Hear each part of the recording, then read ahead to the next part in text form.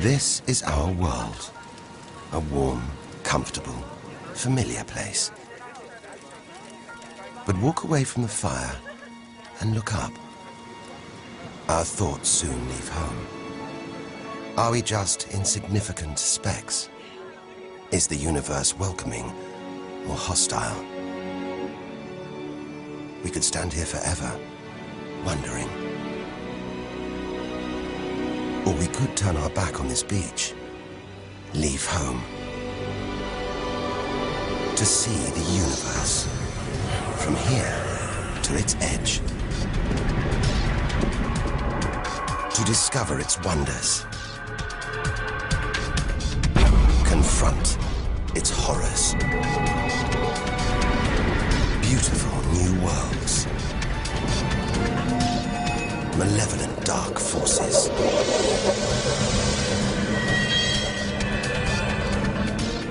The beginning of time. The end of the world. Would we have the courage to see it through? Or would we run for home? There's only one way to find out.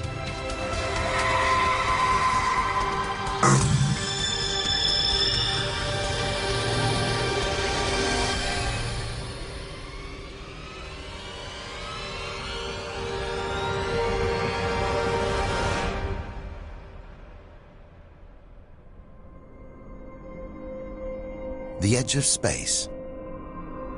Only 100 kilometers up. Just an hour's drive from home. Down there, life continues. The traffic keeps moving. Stocks go on trading, and Star Trek is still showing. Looks favorable enough at this point that the race should go. The Blue Jays will be without starter Jim Clancy for a couple of weeks. This morning, Order! Will the honourable gentleman resume his seat? Mr. Ashdown. But we have to leave all this behind. To dip our toe into the vast, dark ocean beyond.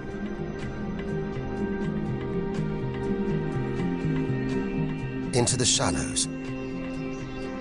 Not too far from home. Onto the moon.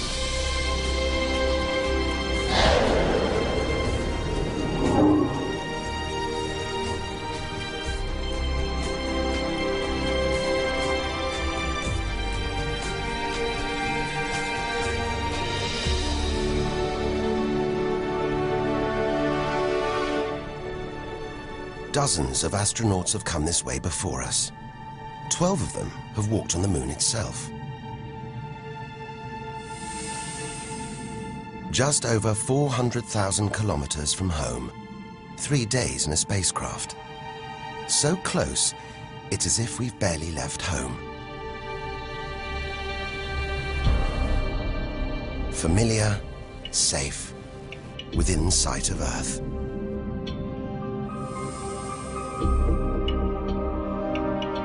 It looks like a deserted battlefield, bombarded by millions of meteoroids and asteroids. But it's quieter now. It's obvious there have been no major collisions for millions of years.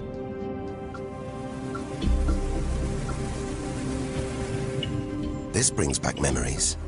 The Apollo 11 lunar module. Neil Armstrong's first footprints. Looks like they were made yesterday. There's no air to change them. They should survive for millions of years. Maybe longer than us.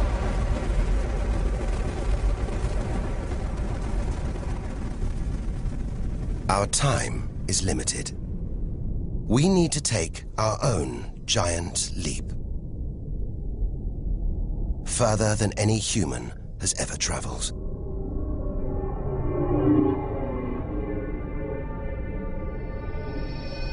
Out of the darkness, a friendly face. The goddess of love. Venus. The morning star. The evening star.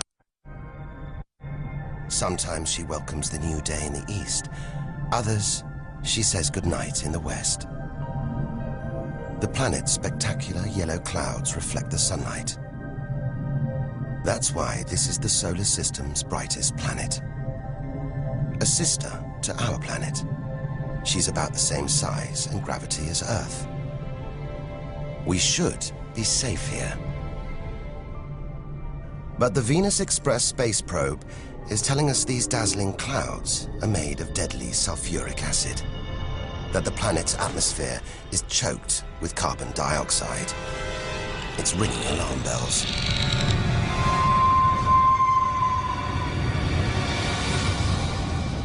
Venus is one angry goddess. The air is noxious, the pressure unbearable, and it's hot, approaching 500 degrees Celsius. Stay too long, and we'd be corroded, suffocated, crushed, and baked.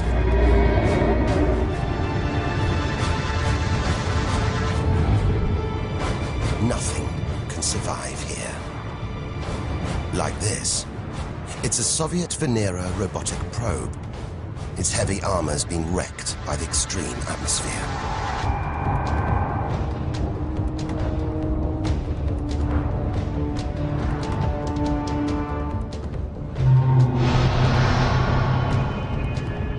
So lovely from Earth, up close, this goddess is hideous.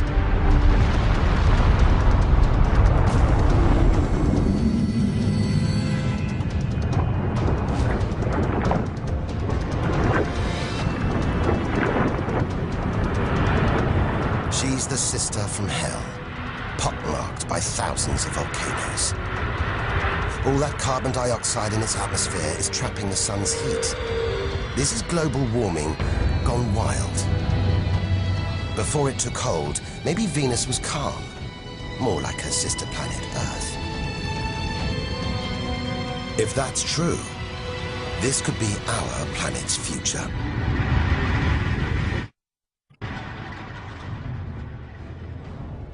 Beginning to think we shouldn't be out here, that we should turn back. But there's something hypnotic about the sun. Like Medusa, too terrible to look at, too powerful to resist, luring us onwards. On, like a moth to a flame. Dwarfed by, scorched by the sun, it's Mercury. Get too close to the sun, this is what happens. Temperatures swing wildly here. At night, it's minus 170 degrees. Come midday, it's 400 plus. Burnt, frozen, and look at those scars. A sign that Mercury had a violent past. The Messenger space probe is telling us something strange. For its size, this little planet has a powerful gravitational pull. It must be heavier than it looks. It's like a huge ball of iron, covered with a thin veneer of rock, the core of what was once a much larger planet. Maybe a stray planet slammed into Mercury, blasting away its outer layers in a deadly game of cosmic pinball. Whole planets on the loose, destroying anything in their path, even entire planets. And we're in the middle of it. Vulnerable, exposed, small. Everything is telling us to turn back. But who could defy this? The sun, in all its mesmerizing splendor. Our light, our lives. Everything we do is controlled by the sun, depends on it. And more than that, it's the Greek god Helios driving his chariot across the sky. The Egyptian god Ra, reborn every day. The summer solstice sun rising at Stonehenge. For millions of years, this was as close as it got to staring into the face of God. 150 million kilometers from home, a 20-year journey by plane. Switch it off, and it's so far away, we wouldn't know about it for a whole 8 minutes. It's so big, you could fit 1 million Earths inside it. So heavy, its gravity controls the entire solar system.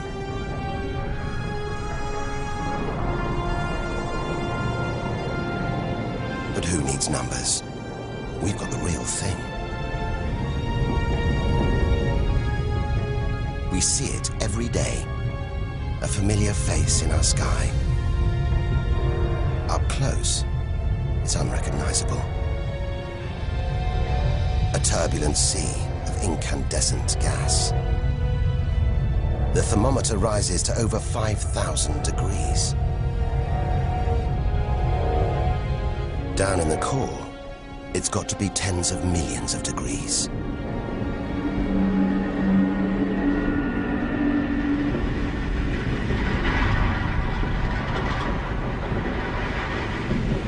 Hot enough to trigger a nuclear reaction, turning millions of tons of matter into energy every second. More than all the energy ever made by mankind. Back home, we see this energy as light, feel it as heat. But up close, there's nothing comforting about the sun. It's so full of electrical and magnetic activity, it's bursting out in these huge incandescent gas loops called prominences.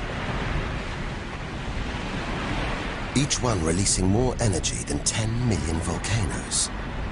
You could get the Earth through one of these loops and still have tens of thousands of kilometers to spare.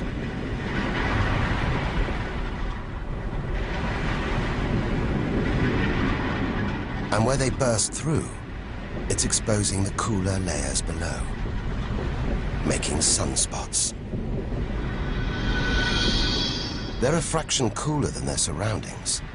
It's why they look black, but they're still hotter than anything on Earth. And they're massive, too.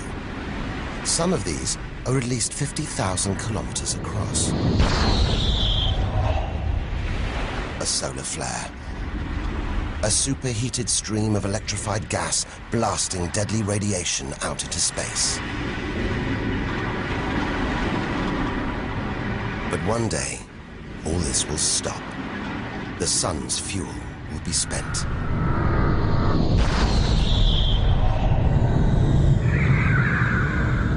When it dies, that'll be it for the Earth as well. This God creates life and destroys it, demands we keep our distance.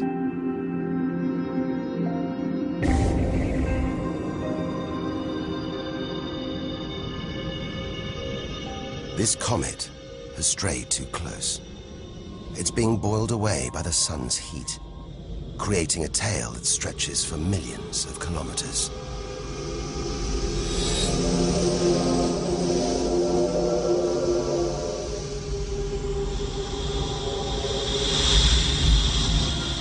It's freezing in here. There's no doubt where this comet's come from. The icy wastes of deep space. But look at all this steam, the geysers and dust. It's the sun again, melting the comet's frozen heart. A kind of vast, dirty snowball, covered in grimy tar. Tiny grains of what looks like organic material, preserved on ice since, well, who knows when. Maybe even the beginning of the solar system. Say a comet like this crashed into the young Earth billions of years ago. Maybe it delivered organic material and water, the raw ingredients of life. It may have even sown the seeds of life on Earth that evolved into you and me.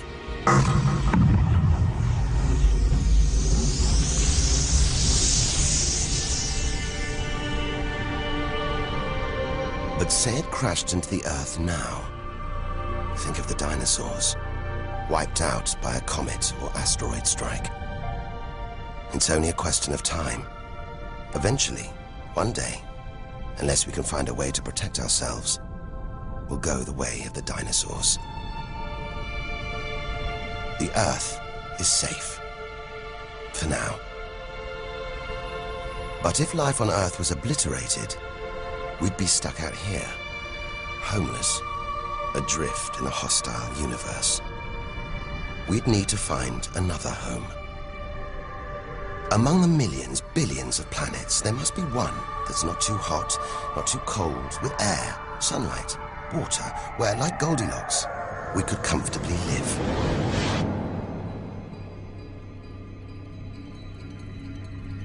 The Red Planet. Unmistakably, Mars. For centuries, we've looked to Mars for company, for signs of life.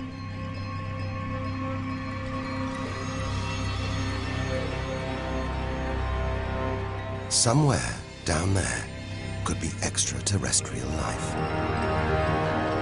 But are we ready to find it? Ready to rewrite the history books, to tear up the science books, to turn our world upside down?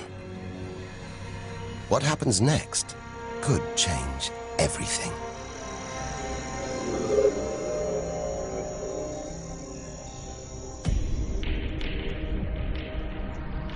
More than any other planet, Mars captures our imagination. Think of sci-fi films, comics. What follows? Martians. It's all just fiction, right? But what if there really is something here? If there is, it's living on a dead planet. The processes that make Earth habitable shut down hundreds of millions of years ago here. Red and dead. Mars is a giant fossil.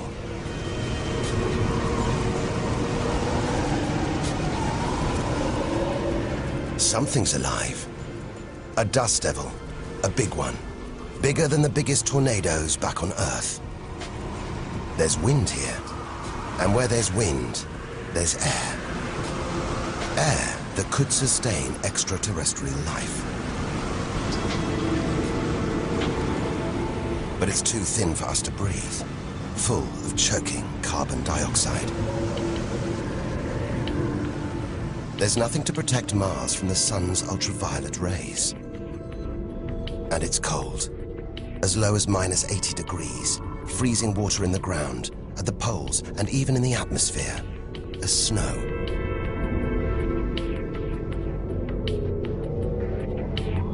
It's hard to believe anything could live here.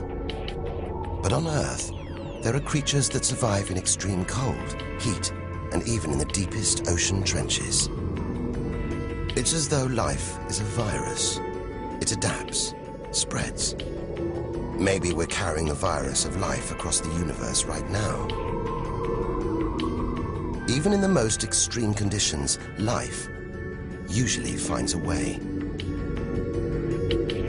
But on a dead planet, with no geological activity to replenish the minerals and nutrients in its soil, no heat to melt its frozen water, and all this dust, it's hard to see where we're going.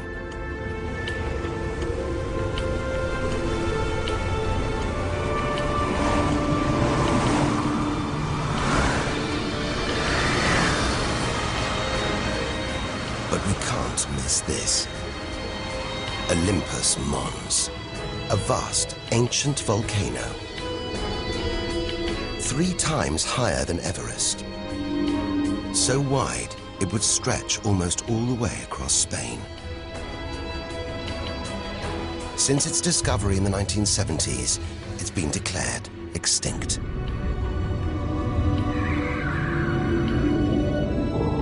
It looks like there's something happening on its slopes. It's as though lava has been flowing.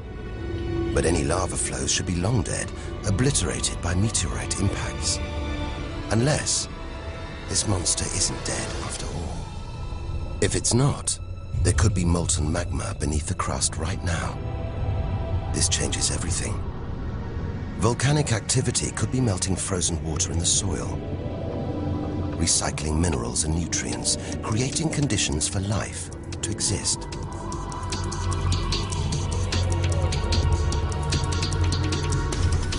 This makes the Grand Canyon look like a crack in the pavement. It goes on and on. So far, it would stretch all the way across North America. But look, signs of activity, erosion, and what looks like dried up riverbeds on the canyon floor. Maybe volcanic activity melted ice in the soil, sending water flowing through this vast canyon. Activity that we now know could still be melting ice, creating water. And where there's water, there could be life. If we can find running water, there's a chance we could find living creatures. Trundling across this desolate landscape, the NASA rover Opportunity. It's finding evidence that these barren plains were once ancient lakes or oceans that could have harbored life.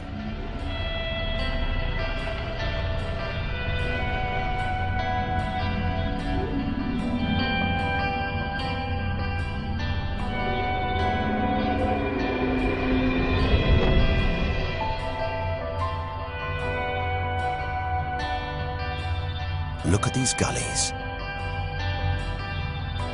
When probes orbiting Mars pass over them, they keep spotting new ones.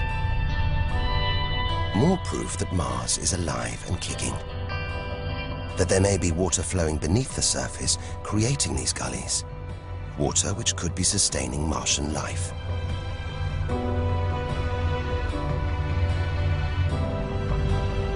Now all we have to do is find it. Unless we've already found it. Not on Mars, but on Earth. There's one theory that has life starting here before moving to Earth. The idea is that an asteroid impact blasted fragments of Mars, complete with tiny microbes, out into space and onto the young Earth, where they sowed the seeds of life itself. No wonder we find Mars fascinating. It could be our ancestral home. If it's true, it means we're all Martians. The Mars we thought we knew is gone, replaced by this new, active, changing planet. And if we don't know Mars, possibly the solar system's most studied planet, what else don't we know? There must be other secrets out there, waiting to be discovered.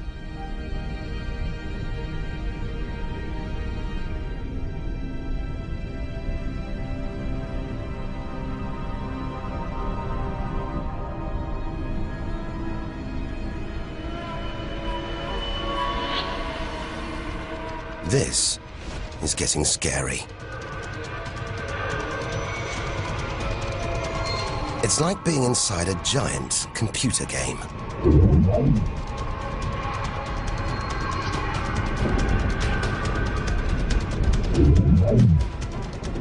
But these are all too real. Asteroids, some of them hundreds of kilometers wide.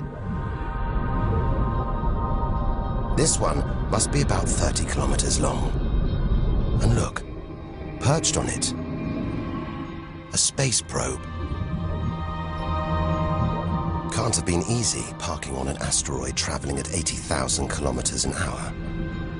It's a lot of effort to investigate some rubble. Rubble that regularly collides, breaking up and raining down on Earth as meteorites. Magical tokens, supernatural omens, and more than that. Turns out it was rubble like this that came together to make the planets, including our own.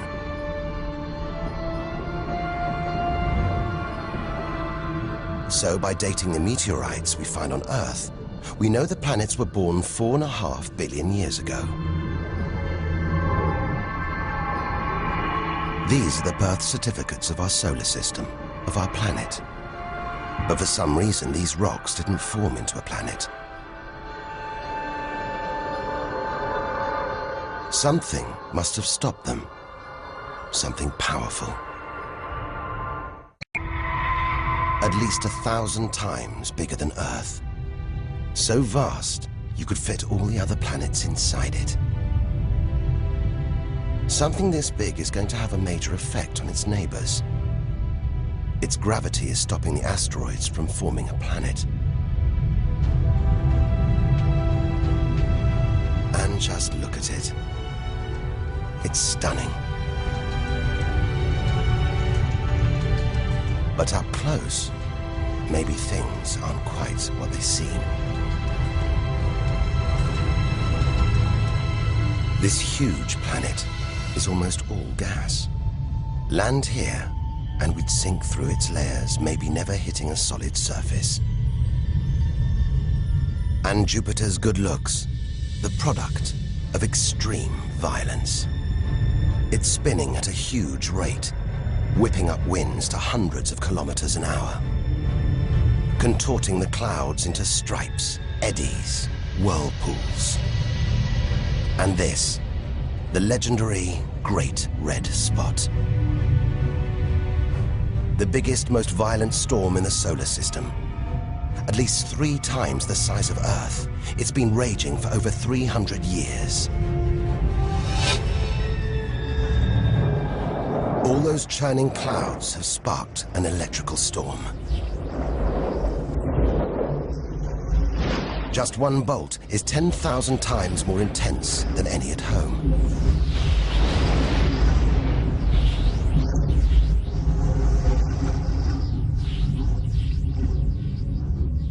It seems the best place, the safest place to see Jupiter is from a distance. That's just beautiful, dancing round the poles like the aurora back home. But the Geiger counter is going wild. It seems even these are deadly, generated by lethal radiation pulled from space by Jupiter's powerful magnetic field.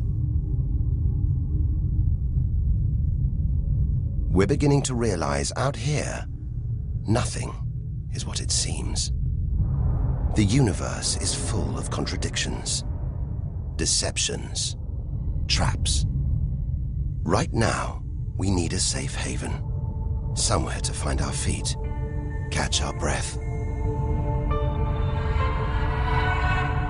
Maybe this, the multicolored moon Io, is it?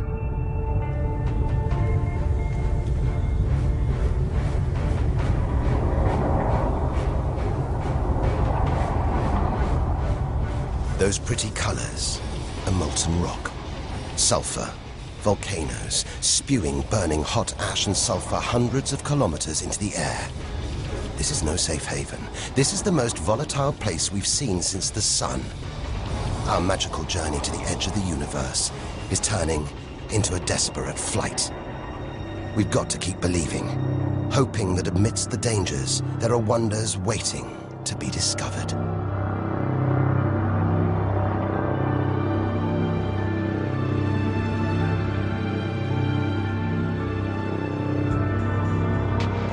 $650 million kilometers from home. What a weird-looking place. And yet it looks strangely familiar.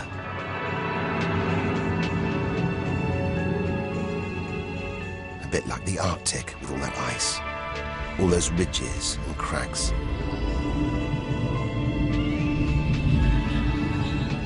This is Europa, and maybe, like the Arctic, this ice is floating on water, liquid water.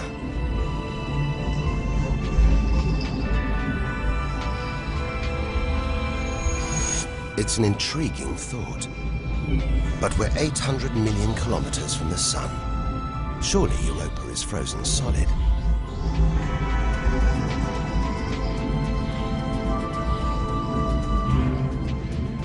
Unless Jupiter's gravity is creating friction deep inside, stopping Europa from freezing solid, allowing life to develop in the waters beneath its frozen crust. We might be meters away from aliens, from a whole ecosystem of microbes, crustaceans, maybe even squid. The only thing between us and the possibility of alien life, this layer of ice. But until we send a spacecraft to drill through the ice, Europa will remain one of the solar system's greatest mysteries.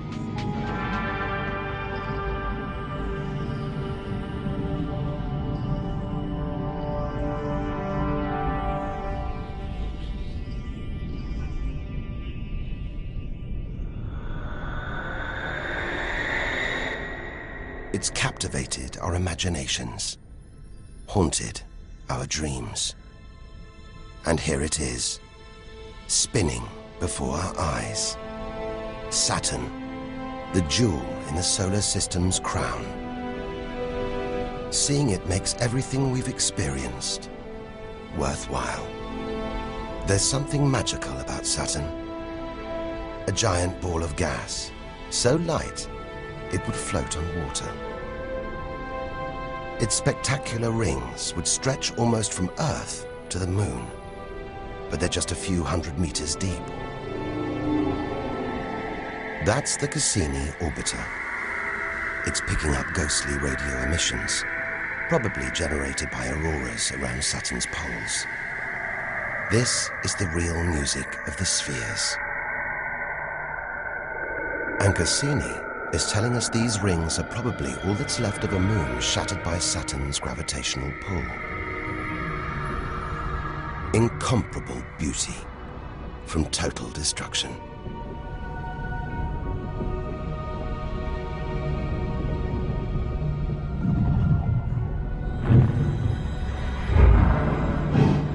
Billions of shards of ice, some as small as ice cubes, others the size of houses. They collide, break apart, reassemble. It's like a snapshot of our early solar system, as dust and gas orbited the newly born sun, and gravity worked its magic, pulling the lumps together until from debris like this, our home emerged.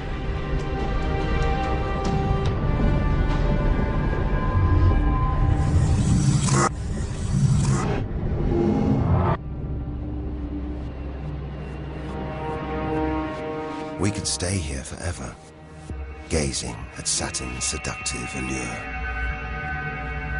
But we have to drag ourselves away. We've got so much further to go, so much more to learn. Which isn't easy when the largest object in sight is this moon, wrapped in thick clouds. Titan.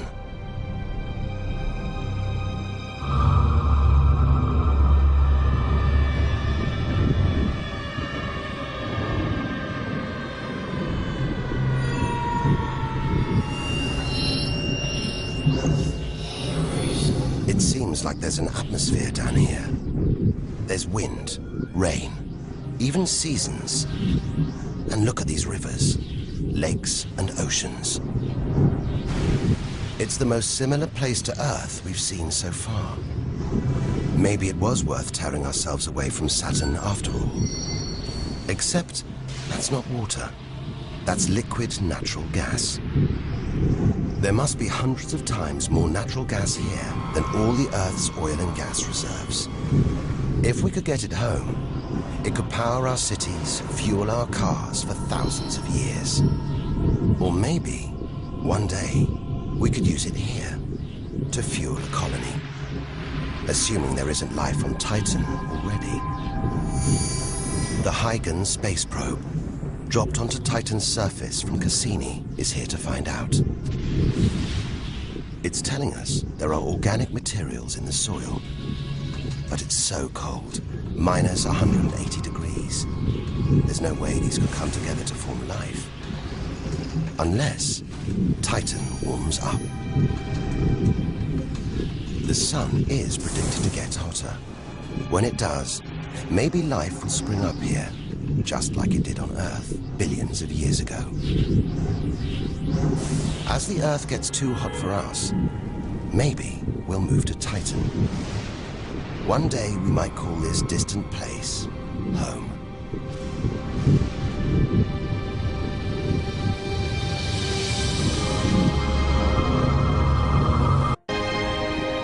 Home.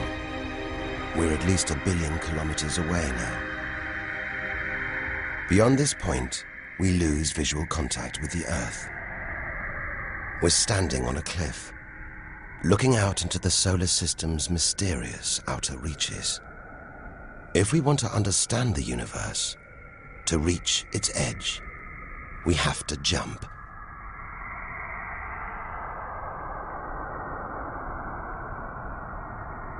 Unseen from Earth, unknown for most of history, we're in the solar system's outer reaches. It's like diving down into the deep ocean.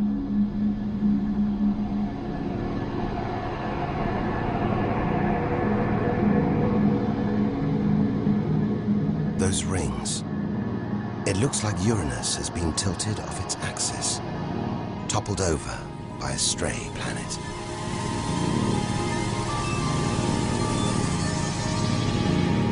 It's eerie out here. Already beginning to feel small, lonely. Maybe this is how we'll feel, what we'll find at the edge of the universe. But we've barely left the shore. Shrink the Earth down to the size of a pea. We've traveled less than 2 kilometers. But to reach the edge of the solar system, we've got to travel another 20,000 kilometers. Out of the deep, another strange beast. The god of the sea, Neptune. This giant is swathed in methane gas. And look, a storm the size of Earth, whipped up by savage 1,500-kilometer-an-hour winds. Back home, it's the sun that drives the wind, but Neptune's too far away. Something else must be creating these ferocious winds, but nobody knows what. Our solar system is huge. It's alarming how little we really know about it.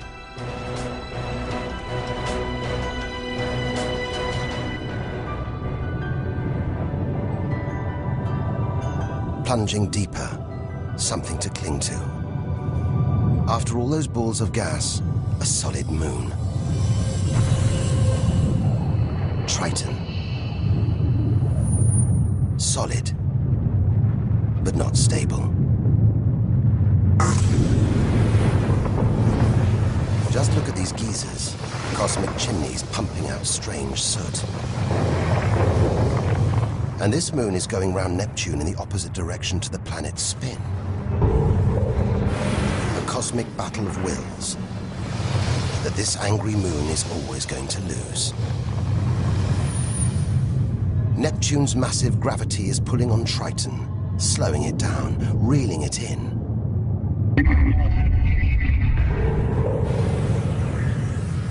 One day, it'll be ripped apart by Neptune. And that's it. No more moons, no more planets to see in our solar system. It's getting colder. We're getting further from the sun, slipping from the grip of its gravitational tentacles. But look at all this. It's not a void. It's teeming with frozen rocks, icy spheres, like Pluto. Until recently, it seemed Pluto was alone. Beyond it, nothing. We were wrong. More frozen worlds. Discoveries so new, nobody can agree what to call them. Plutinos, ice dwarfs, cubanos. Whatever the name, the implications are the same. Our solar system isn't the neat model we thought it was. Over 13 billion kilometers from home, the most distant thing ever seen to orbit the sun, another small icy world called Sedna. discovered in 2003. Its orbit takes 10,000 years and sends it 130 billion kilometers from the Sun. Hang on. There's something else out here. 16 billion kilometers from home, the space probe Voyager 1. If it wasn't for this bundle of aluminium and antennae, we'd have no images of the giant planets, no clue about their strange moons. It's traveling 20 times faster than a bullet, sending messages home.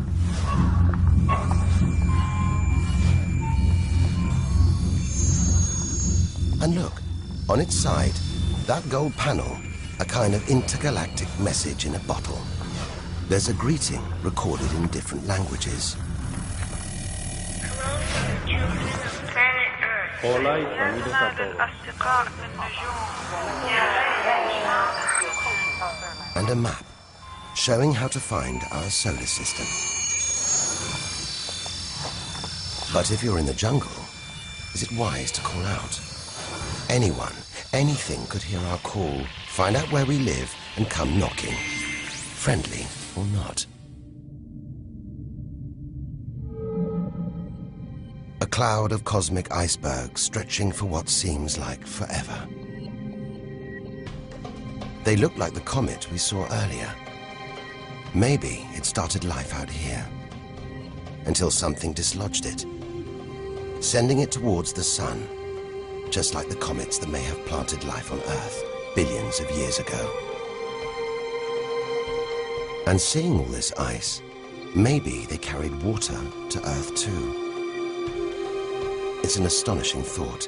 The water in the oceans, in your coffee, even in your body, all from this distant celestial ice machine.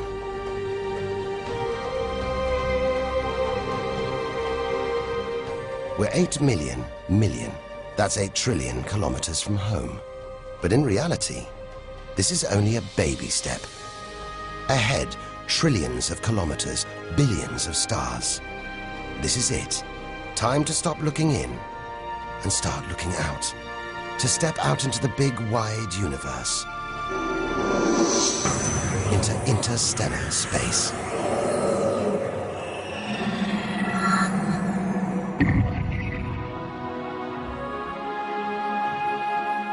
Interstellar space.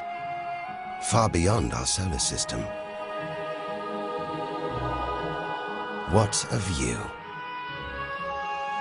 Billions of stars like our own sun, many with planets, many of those with moons.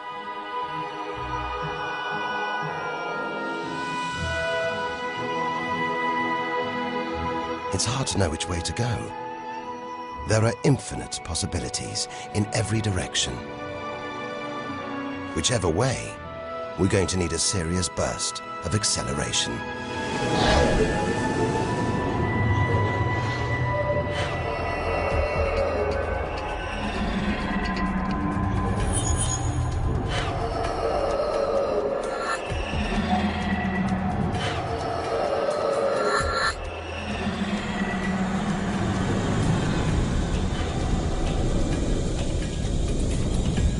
$40 trillion kilometers from home.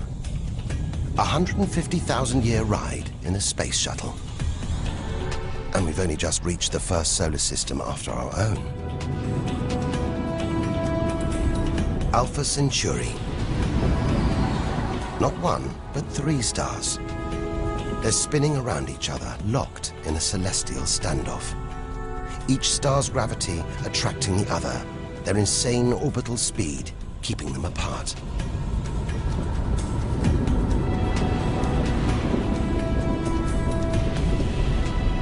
Get between them, and we could be flung into the face of one of these stars.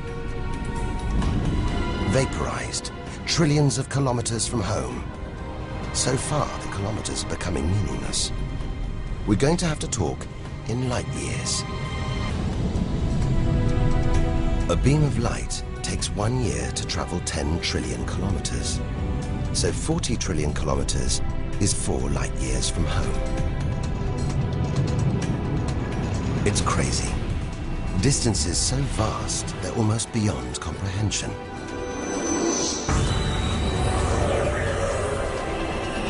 And exciting. Who knows what strange worlds lie ahead? What we'll discover when, if we reach the edge of the universe.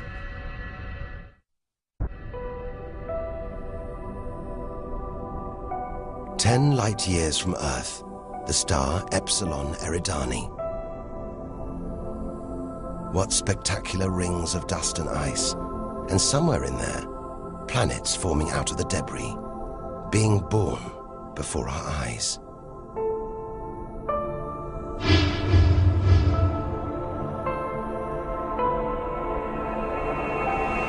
Asteroids and comets everywhere.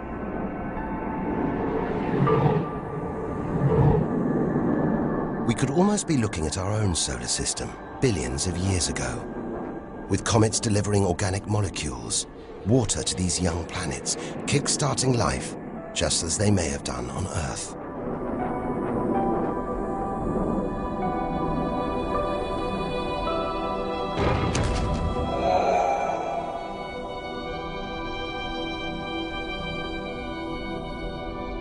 At the center of all this action, a star smaller than our sun. It's still in its infancy. Any life in this solar system would be primitive at best.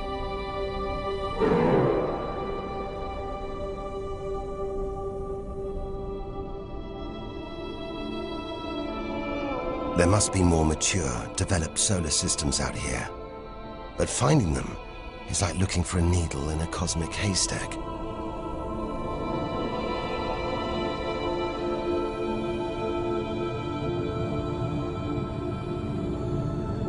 "20 light years from Earth. Star Gliese 581.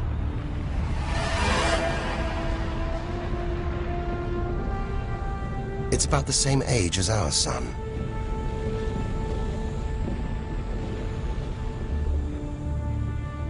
And orbiting it, this planet. It's just the right distance from its sun. Any closer and water would boil away. Any further and it would freeze. Ideal conditions for life to have evolved.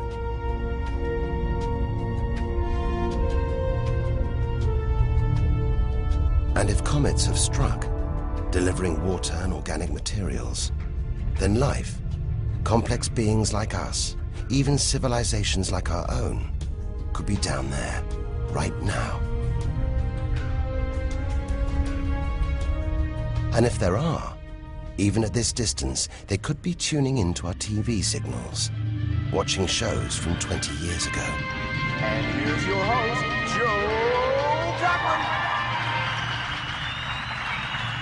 But until future generations can find a way of communicating over these vast distances, all we can do is speculate.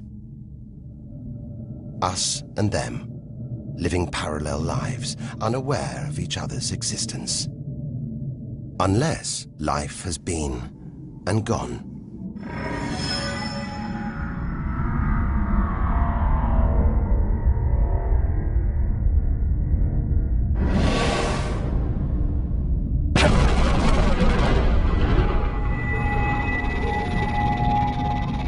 That's the problem with comets. They're creators and destroyers. As the dinosaurs found out the hard way 65 million years ago. This is the needle in the cosmic haystack, the closest we've come to a habitable solar system like our own. But it's a chance encounter. There could be hundreds, millions more solar systems like this out here. Or none at all.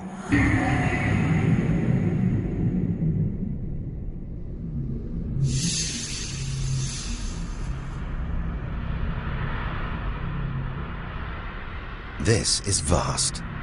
And look, it's the planet Bellerophon.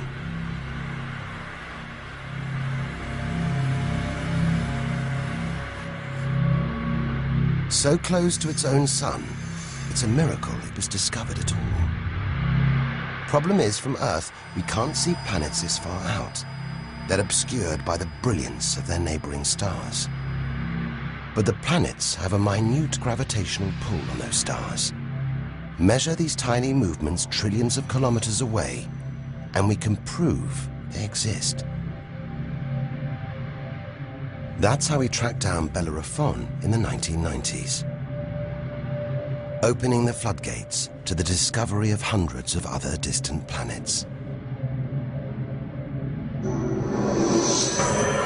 65 light years from Earth.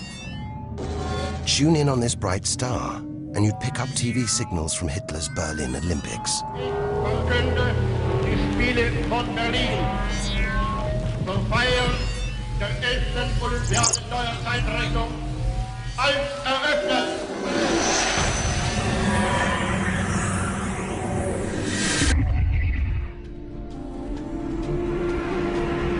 Twin stars.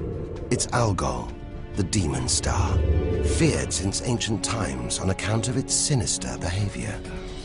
From Earth, it appears to blink as one star passes in front of the other. Up close, it's even stranger. One star has expanded into the gravitational pull of the other. It's being sucked towards it. Almost 100 light years from home. Listen. One of the first ever radio broadcasts. Just a faint whisper. We'd appreciate it if anyone hearing this broadcast would communicate with us.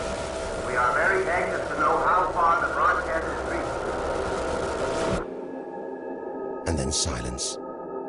From here on out, it's as if Earth never existed. Any aliens living beyond here will have no idea we're there. It feels like a lifetime ago we stood on that beach, looking up at the sky, wondering where and how we fitted in. It's time to appreciate the wonders we're seeing, not just for what they tell us about our own world. It's what they can tell us about the whole universe, its past and its future.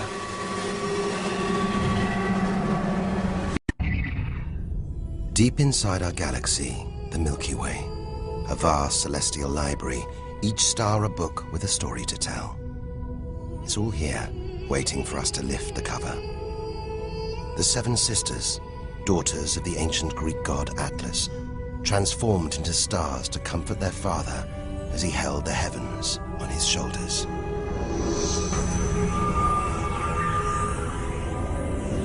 And this giant, Betelgeuse. The brightest, biggest star we've seen so far. It's got to be at least 600 times wider than our own sun.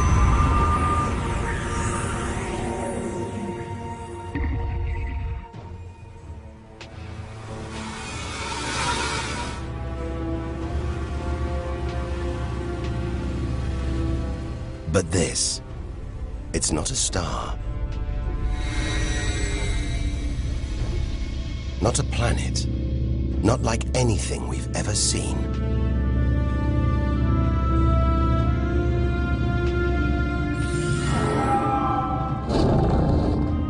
A ghostly spectre, more than 1,300 light years from Earth. Orion's dark cloud. Dust and gas, so dense it's shrouding us, shutting us off from the universe outside. There, deep inside, a ball of light, pulling the dust and gas towards it, heating up, merging into a ball of burning, hot gas. Like a star, like our sun, in miniature. It's millions of degrees inside it. So hot, it's beginning to trigger nuclear reactions, the kind that keep our sun shining. Making energy, radiation, light. A star is being born.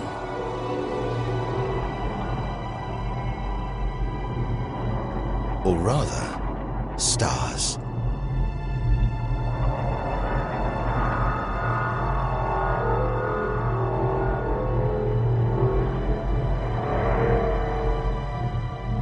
Orion's dark cloud is a vast star factory.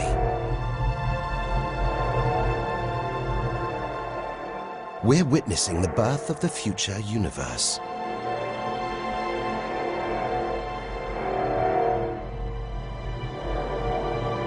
We've come to expect hostile horrors, but we're discovering one of the universe's greatest creative wonders: star birth.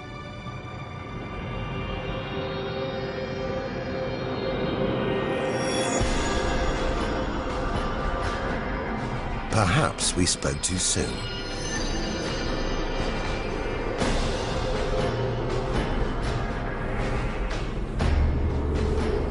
Jets of gas, exploding outwards at 200,000 kilometers an hour,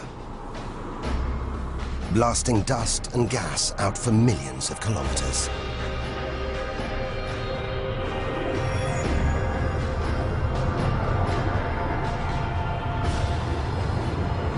It's unbelievably violent, but look at the results. It's beyond words. Nebula.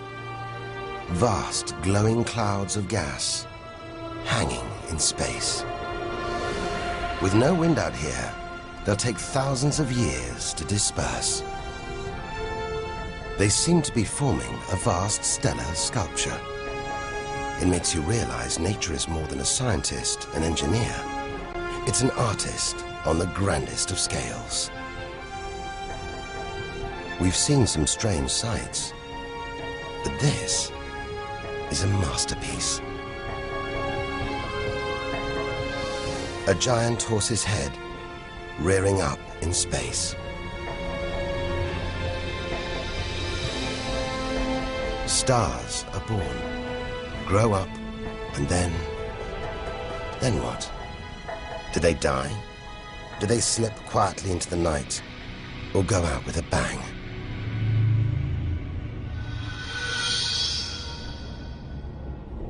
Somewhere between here and the edge of the universe lies the answer. Nearly 4,000 light-years further, luminous clouds suspended in space, encircling what was once a star like our own sun. All that's left of it are these brightly colored gases. Elements formed by nuclear fusion deep inside the star, released into space on its death. Green and violet, hydrogen and helium, the raw materials of the universe. Red and blue, nitrogen and oxygen, the building blocks of life on Earth. For us to live, stars like this had to die. The oxygen in our lungs, the nitrogen in our DNA, it was all produced by nuclear fusion in stars that died long before the Earth was even born. We are made of stellar nuclear waste. Our family tree begins here.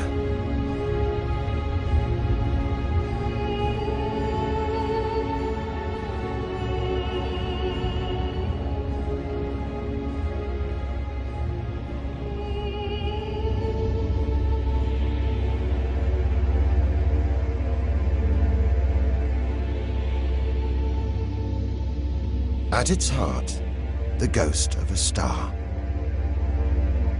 It's a white dwarf. White, hot, small, but unbelievably dense.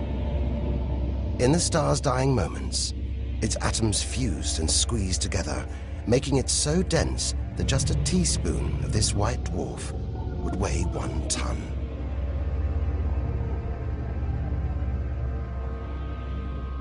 It's a chilling premonition of our sun's fate. 6 billion years from now, it'll become a white dwarf. Its death will herald the end of life on Earth. It makes you wonder how many other worlds have been and gone. Stories left untold. Celestial books lost forever.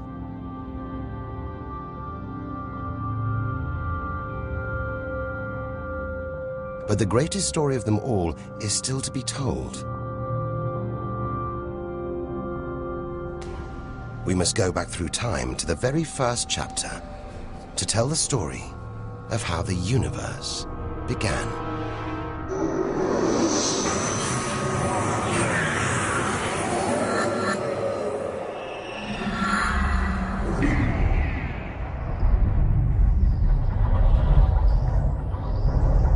The scattered remains of a dead star. A nebula, the Crab Nebula. We're 6,000 light years from home, deep inside a stellar graveyard. We've learned so much, seen things we'd never have believed possible. Now, sights like this, wonders once beyond imagination, we take in our stride. We're ready.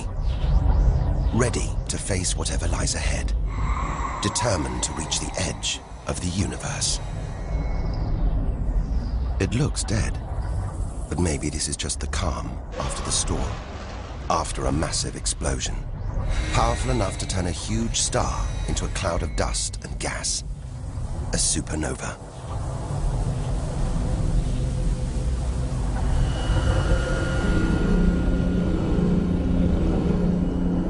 Eye of the storm, a spinning, pulsating star, a pulsar.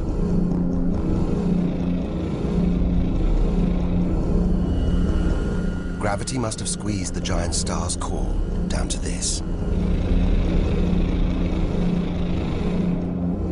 It's just 20 kilometers across, unimaginably dense. One pinhead of this would weigh hundreds, maybe millions of tons. As it shrank, like a figure skater spinning on the spot, arms outstretched, then pulling them in, it began to spin faster. Two beams of light, energy, radiation, spinning 30 times a second, powering the huge cloud of dust and gas. There's so much radiation here, more even than on the sun.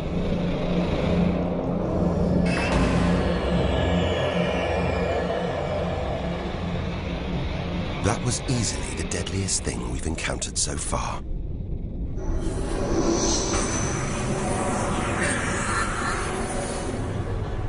Once, it would have terrified us. But now we realize that without the dangers, there'd be no wonders.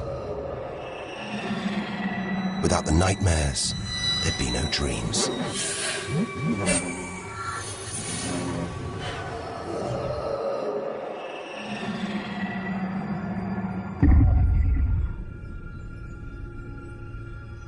Getting a strange sensation. A feeling, as though there's something bad out here. A malevolent presence. The one thing we didn't want to encounter. Impossibly black, blotting out the stars behind it. We are staring into the face of extinction. The remains of a giant star. A black hole. Instead of contracting to a white dwarf or a pulsar, it just kept on going. Shrinking until it got so small, it's just a few kilometers across. Far denser than a pulsar and impossible to resist.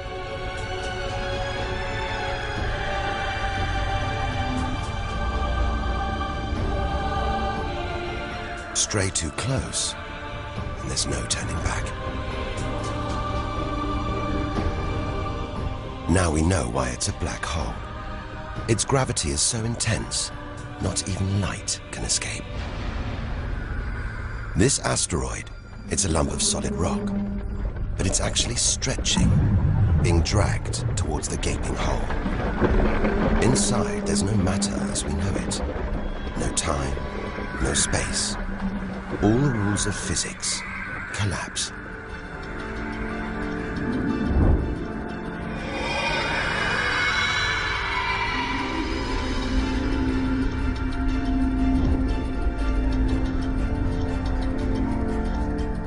The asteroid is gone. Truth is, nobody really knows where. We're looking at the limit of human understanding. There could be millions of black holes creeping around our galaxy. More perhaps than all the stars in the sky. But we wouldn't see them until it was too late.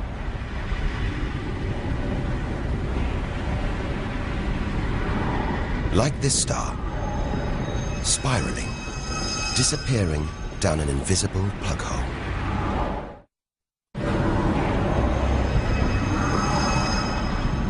Who's to say we don't live inside a vast black hole? That the whole universe isn't inside one right now, inside another universe. Think about it for too long, and your mind reels. Sometimes it feels like the more we see, the less we know. But we do know our galaxy is more complex and more dangerous than we ever imagined. And we're still in our own galaxy, the Milky Way. The vastness of the universe beyond still lies ahead. The wonders, the dangers, the secrets, they're out there. But first, we've got to find a way out of the Milky Way.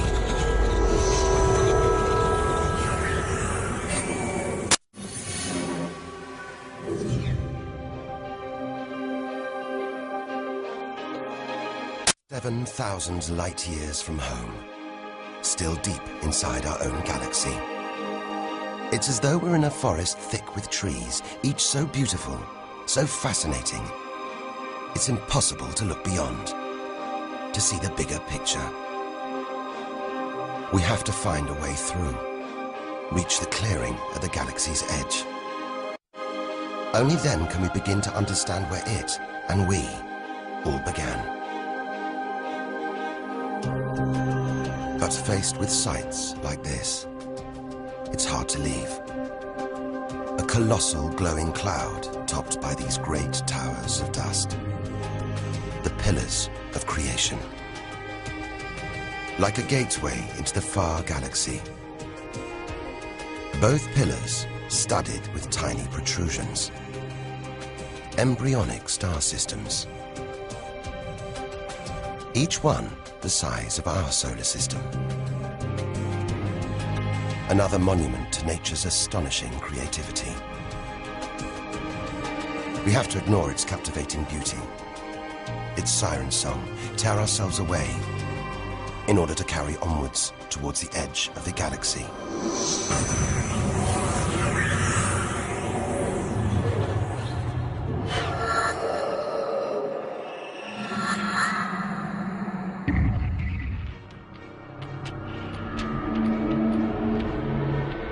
Dazzled by the Milky Way's beauty, we've been blinded to its terrors and strayed into a cosmic minefield.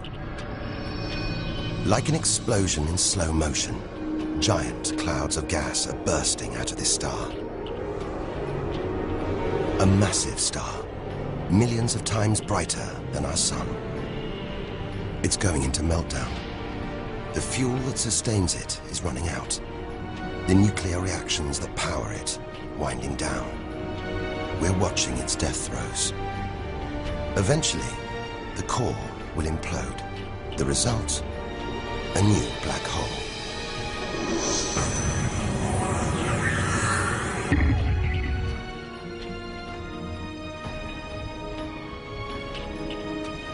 An even bigger, dangerously unstable star. But this one's about to explode. And when a star this big dies, it's 100 times more violent than a supernova. Somehow we've stumbled into the most violent star death imaginable. A hypernova.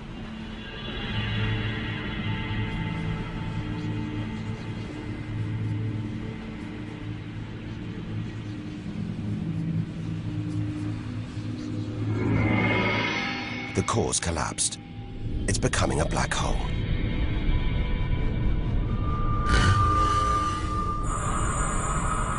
And that's the shockwave, surging through the star, ripping its outer layers into space.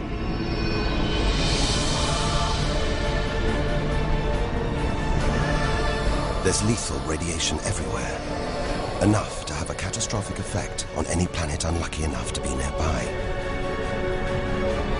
When virtually every species on Earth was wiped out 450 million years ago, the culprit may have been one of these. Deadly hypernovas, frozen comets, scorched planets, white dwarfs, red giants, Earth. Tiny drops in a vast pool of white light. Our home galaxy, the Milky Way. We wanted to know where we fit in. Here's our answer.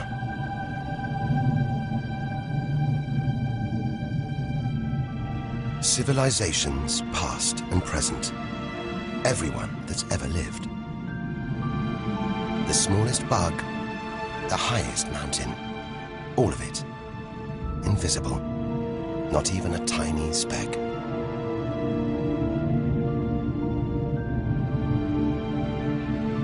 Our home is a minor planet of an insignificant star. If it disappeared right now, who or what would even notice? And yet, so far we found nowhere else we would rather live. Nowhere we could live. It's only now, far from home, that we're beginning to truly appreciate it.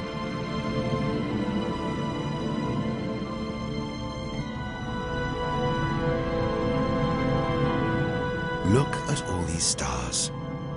Hundreds of thousands of them. Surely one of these, more than one, must be capable of supporting life.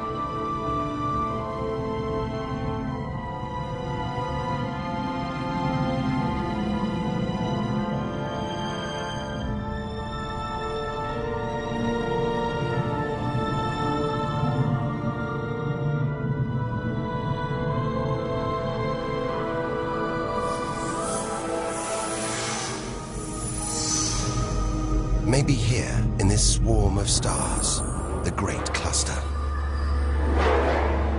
Back in the 1970s, astronomers sent a message in this direction, detailing the structure of our DNA and our solar system's location.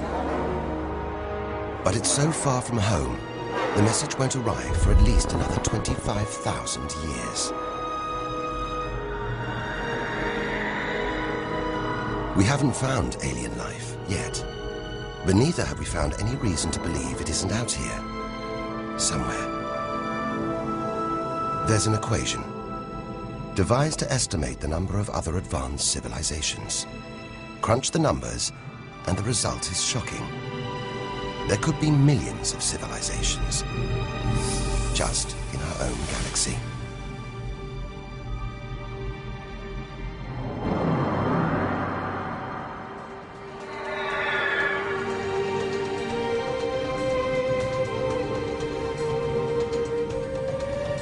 Everything we have seen so far is inside the Milky Way. Now here's our chance to see other galaxies, to glimpse the even bigger picture, and perhaps to answer the ultimate question: where does all this come from? We are now ready to leave our solar system, our galaxy, and enter intergalactic space.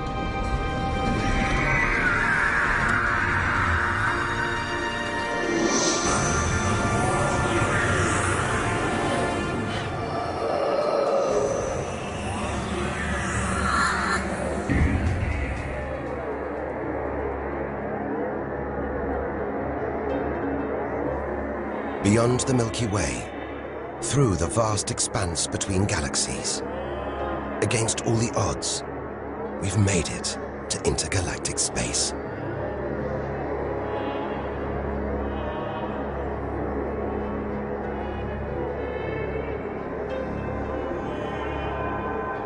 Out here, there's no horizon in sight. Even the closest galaxies are millions of light years away.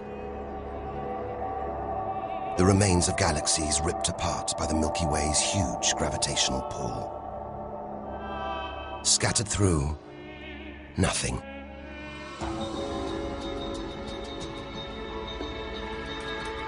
This is as close as the universe gets to a perfect vacuum. But even this isn't totally empty. There are thin wisps of gas, fine traces of dust, and something else. Dark matter. So mysterious we can't see it, feel it, taste it, touch it, or even measure it. Yet so common, it could make up over 90% of all the matter in the universe. If dark matter does exist, it means there's no such thing as empty space. Even out here, we're surrounded by matter. We only know it exists because of the strange hold it exerts on galaxies, like this one, the Large Magellanic Cloud.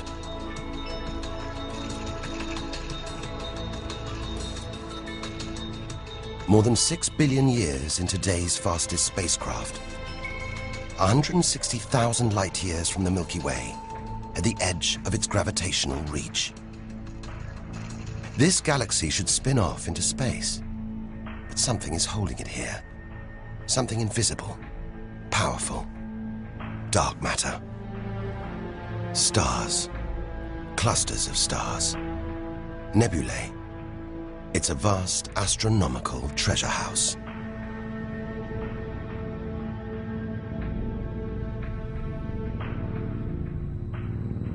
But look at this. It's like a string of gleaming pearls. It's a fireball, expanding out from what must have been a massive explosion, a supernova. So bright that when light from the explosion reached the Earth in 1987, it was visible with the naked eye. And so violent, it triggered a string of nuclear reactions, forcing atoms together, creating new elements. Gold, silver, platinum, blasting them out into space.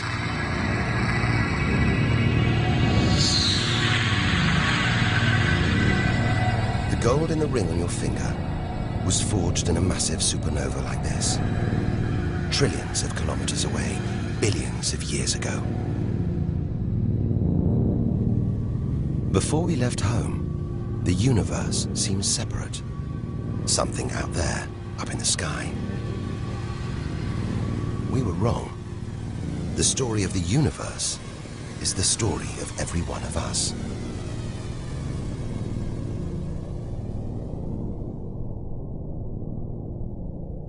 It's comforting to remember as we venture through this abyss. Further and further. Faster and faster.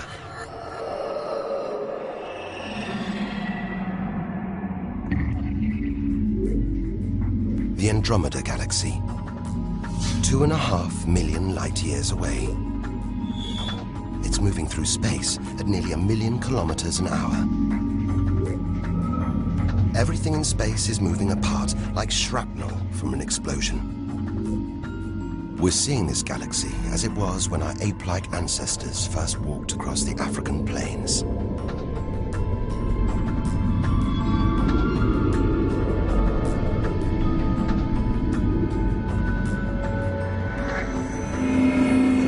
We go further through space and further back in time. This doesn't look right. A whole galaxy exploding. The only thing large enough to cause an explosion on this scale has to be another galaxy. It looks like the end of the world, but we've seen enough to know things are never that simple. This galaxy won't die. It'll be reborn. A new shape, perhaps even new stars. As dust and gas collide, creating friction, shockwaves, triggering the birth of stars.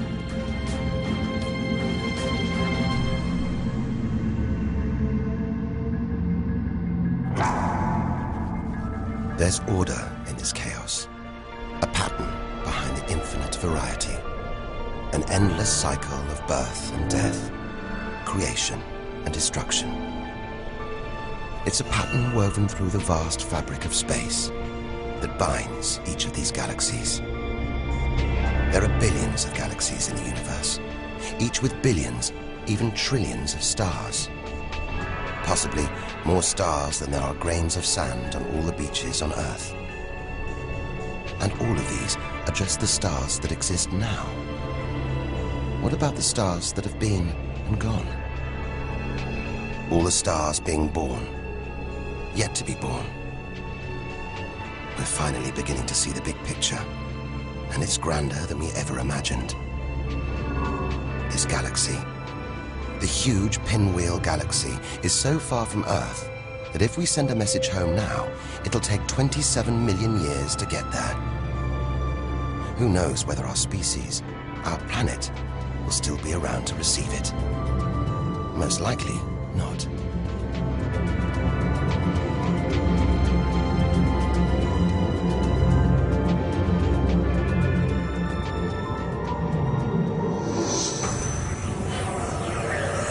We travel on, back through time.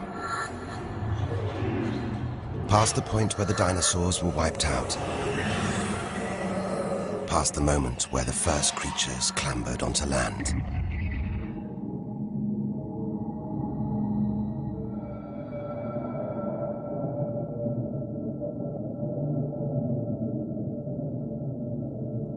"2 billion light years from home. Closing in on the edge of the universe, going back to the beginning of time. This isn't a galaxy. It's brighter than hundreds of galaxies put together. A blinding beam of energy bursting out for trillions of kilometers. Something this big, this bright, must be incredibly powerful. Experience tells us, out here, power equals danger. It looks like a quasar, the deadliest thing in the universe. If it is, then our journey could be over, just as the end is almost in sight.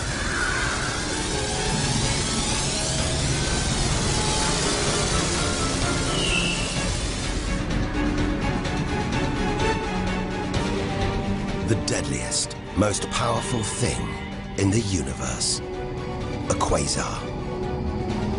A swirling cauldron of super-hot gas, brighter than hundreds of galaxies.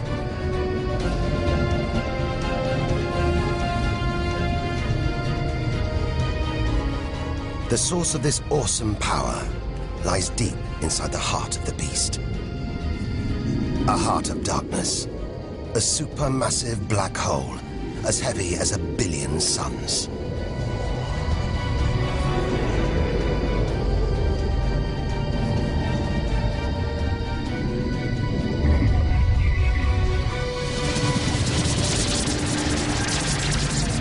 It's ripping apart whole stars, sucking their gases into the quasar, devouring them, until they're nothing, lost forever from the visible universe.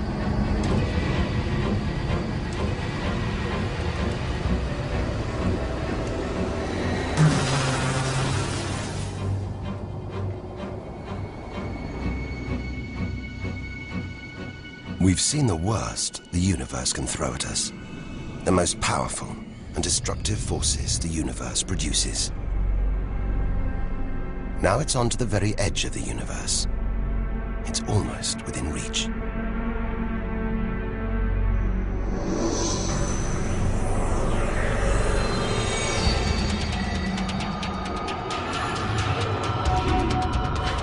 We'll need to go further, go faster if we're to cross the final reaches of the known universe.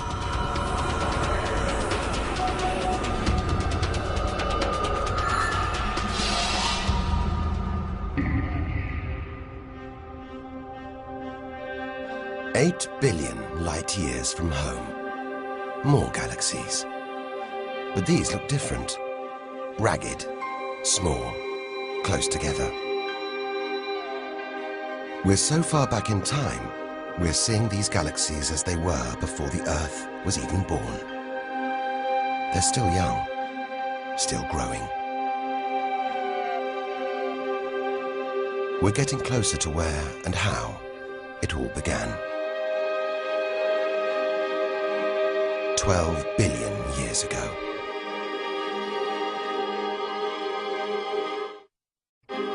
Look at the galaxies now. They're more like primitive plankton floating in a vast, dark ocean.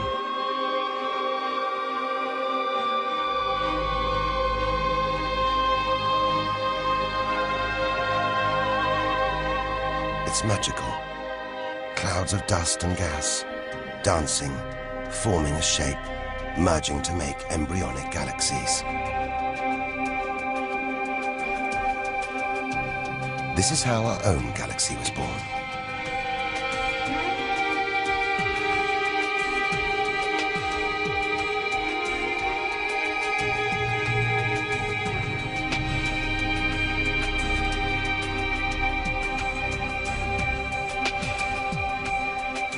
They're disappearing. We've gone back before the stars were born. Into a cosmic dark age. And before that, light.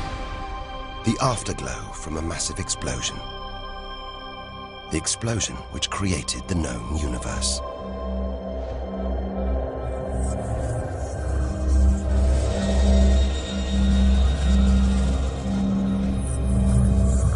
We're almost there.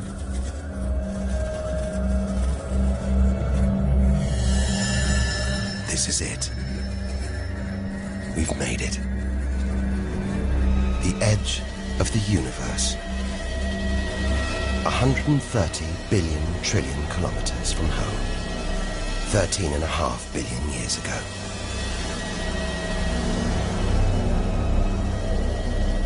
The very instant of the Big Bang.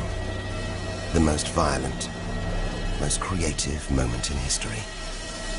Everything that's ever happened follows from this moment.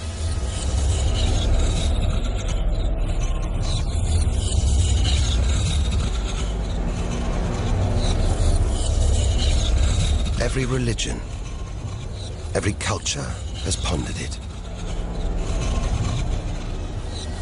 But we still don't know what sparked this act of creation, or why. This is where our journey ends, and the universe begins.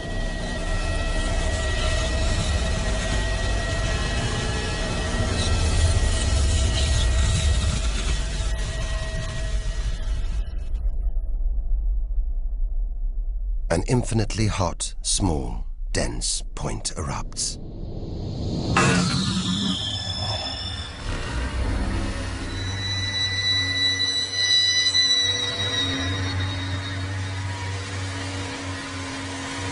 Creating space, time, matter, our universe itself. First, it's the size of a subatomic particle. The tiniest fraction of a second later, it's big enough to hold in the palm of your hand. Moments later, it's the size of the Earth.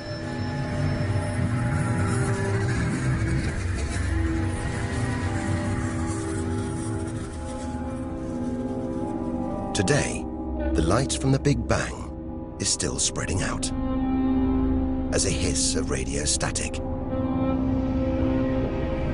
Your TV aerial picks it up. You can see it as static on an untuned TV.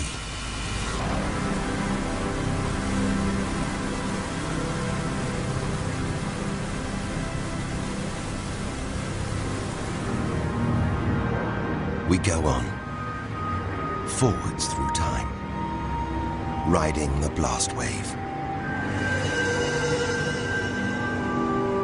All the things we've seen on our journey are sparks flying out from the Big Bang. Galaxies, stars, planets, all just debris.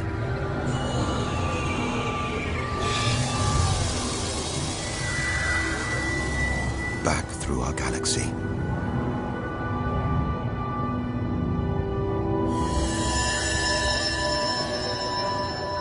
Our solar system.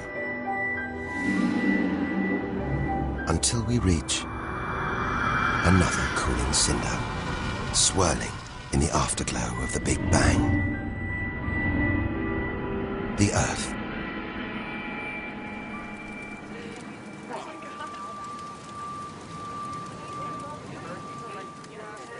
We had to go back to the past to see our future.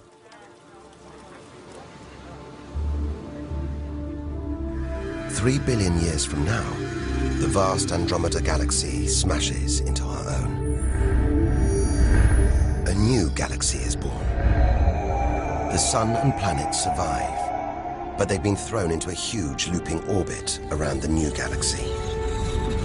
The sun is becoming a red giant, swallowing up Mercury and Venus, scorching our planet's surface, destroying all life on Earth.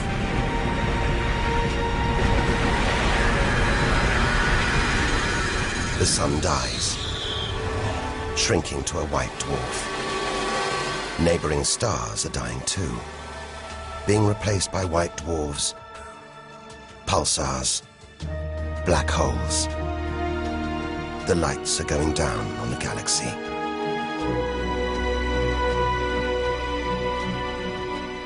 Since the Big Bang, the universe has been fading, dying, not with a bang, but with a long, drawn-out whimper.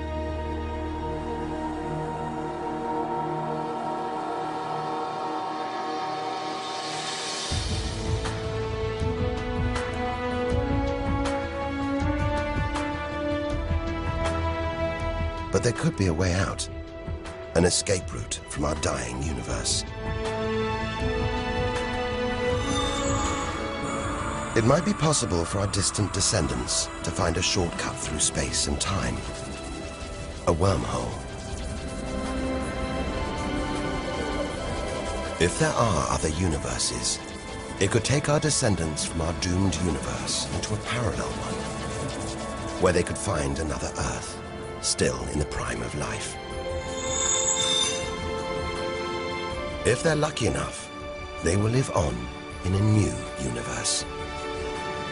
A new home.